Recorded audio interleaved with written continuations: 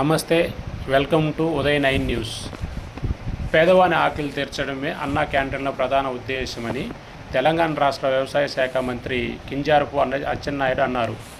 శ్రీకాకుళం జిల్లా కోటబొమ్మాళి మండల కేంద్రంలో నూతనంగా ఏర్పాటు చేసిన అన్నా క్యాంటీన్లు ఆయన ప్రారంభించారు.